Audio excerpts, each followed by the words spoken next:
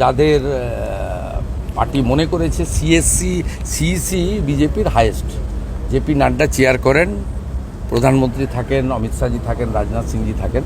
এরা যা ডিসিশন করেছে, we all are discipline worker. আমরা মনে করি সঠিক সিদ্ধান্ত নিয়েছেন, আমরা সবাই মিলে কাজ করি। বসিরহাট থেকে রেখা পাত্র, যিনি face of the movement, appreciate করুন। পাত্রপাড়া থেকে আন্দোলন হয়েছিল।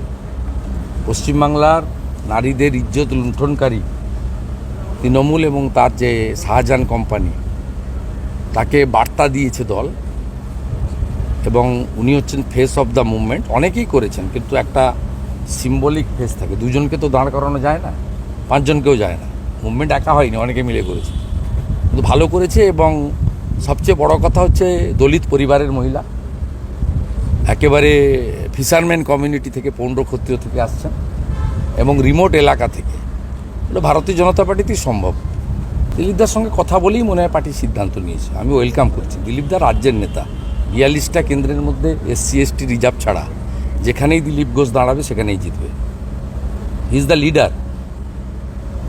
পশ্চিমবঙ্গ বিজেপির কর্মীদের মনে ওনার একটা অন্য জায়গা আছে, অনেক ভোটে জিতবে।